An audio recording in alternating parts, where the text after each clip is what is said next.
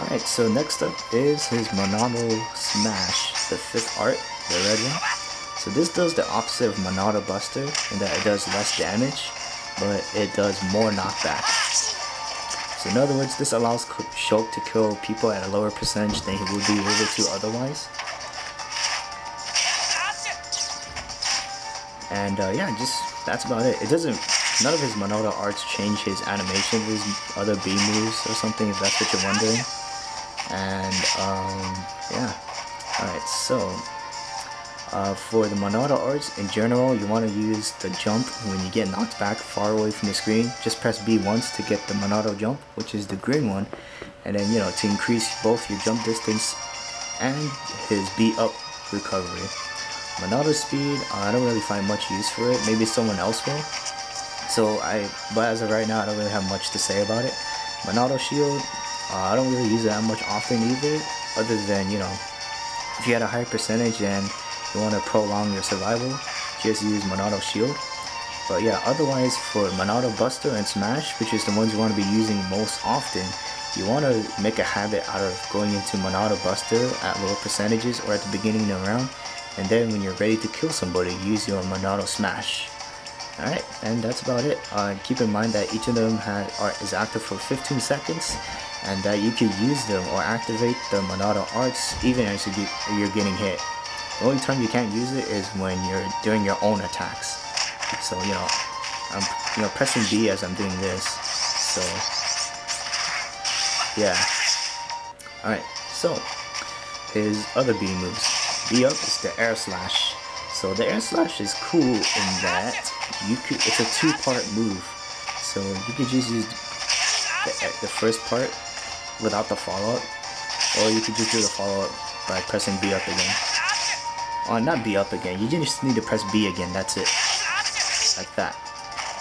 Alright, personally I don't really find much use out of not doing the follow-up. I feel like you should just always do the follow-up because it does knock them away and you do more damage. As a kill potential move, this move does not have, you know, good kill potential. It's just mainly used to get people out of your face or to recover. And obviously, like most B moves in the game, it's punishable when you recover on the ground. But the recovery is pretty decent, so let me just show you. Yeah, he could jump. It gives him a very vertical recovery distance, and yeah, you could delay the follow-up kind of late too. So that's how soon you could do the follow-up, and let me show you how late you can do it. Like that. Yeah, you can see the difference. Personally, I don't know why you would delay or something. Maybe, you know, some people find uses for it. But yeah, another thing you could do is that if you're recovering from the ledge, you could just drop down a bit and, you know, hit people out of if let's say someone's standing right in front of the ledge, just drop down a bit and use the B up. It's great because you could grab the ledge. I mean, yeah, you could still grab the ledge, and it's not very punishable. And at the same time, it gets them away from the ledge, so that it makes it safer for you to get back on, basically. So yeah, it's one thing to use. You can also do the follow-up like that too. But if you do, I think you're more likely to land on the stage than not grab the ledge. So that's one reason you can actually, that's one way you can use the B up, his air slash, without doing the follow-up. Alright, so that's about it for air slash. Next I'm going to go with his backslash. So his backslash is this move right here. Hops forward a bit. And, you know, it's one of his better kill moves to use. And like in the game,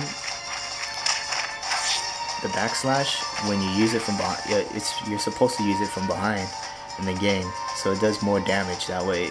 In Smash Brothers, it's actually the same. I mean, it's not bad to use it on the front actually, but from behind, just know that it has it deals more damage and it deals more knockback. So that was like 16% compared to 9% or 10%. Yeah, there's some slight differences as depending on how far you hit them or how close you hit them with it. But yeah, in general, just know that backslash is obviously it deals more damage and knockback from behind than it is from the front. You can also go over some moves with it, I guess. But yeah, another thing you need to know is that if you use it close up, and obviously you're gonna miss, you're gonna keep on whiffing it because, you know, he does a little hop before it. You can't control, you know, it's a set distance. You can't really control, you know, whether or not he throws out the sword afterwards, or you can't control how far forward he jumps. It's just a set distance. If you use it in the air, you can't do anything else afterwards. So obviously what you don't want to be doing is, you know, using this to control the ledge, because you might accidentally jump down and fall all the way to your death. And you also don't want to use this to recover on this stage, because Shulk is not going to automatically grab the ledge. He's not going to grab the ledge.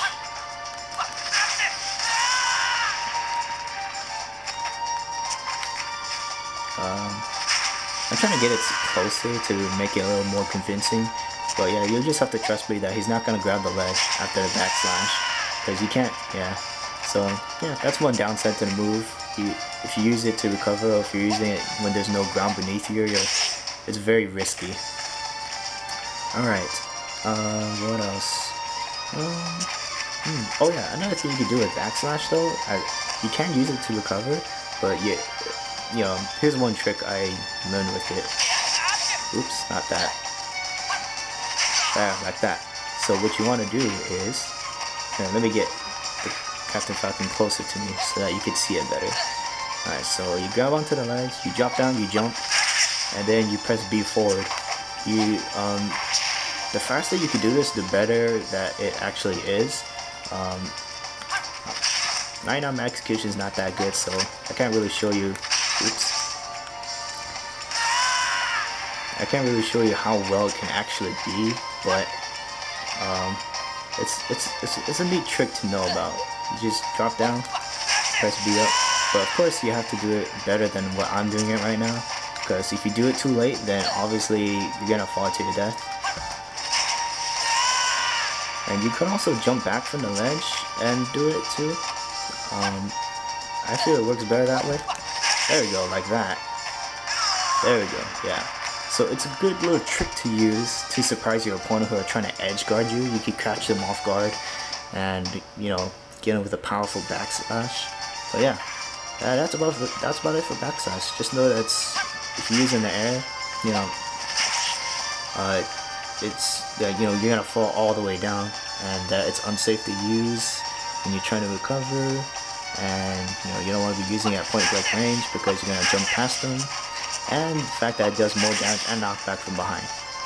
Alright, so next up is his counter, which is, in my opinion, probably one of the coolest counters in the game. So let's set Captain Falcon to attack. There we go. So when the counter connects, it slows down whoever hits you with it. It doesn't slow down any other characters who are caught in the field. It just slows down whoever hits you. And you can also do this on projectiles. Let me pause it so Captain Falcon stops attacking so you can hear me.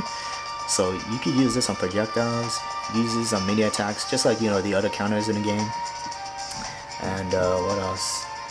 There's one cool thing you need to know about it. So there's a different alternative follow-up you can do to the counter. Oops, I mistimed it. Oh god damn it. Sorry guys. There we go. So, as you can see, the animation from that counter is actually different than the first one I showed you. So, let me reset this. There we go. Alright. So that's how it looks like normally. However, if you press forward while you do the counter, sorry about that guys. Alright, if you press forward during the counter, he does this animation, so he dashes through and cuts them. Oh, actually that slowed down the time on accident, my bad guys. But yeah, he slows down, not slows down, he moves forward instead of, you know, like normally when he does the counter he retreats backward and then he cuts them. But if you press forward while doing the counter and you get the counter, he will actually dash through them, and then he'll knock, you know, he'll switch sides with the opponents basically.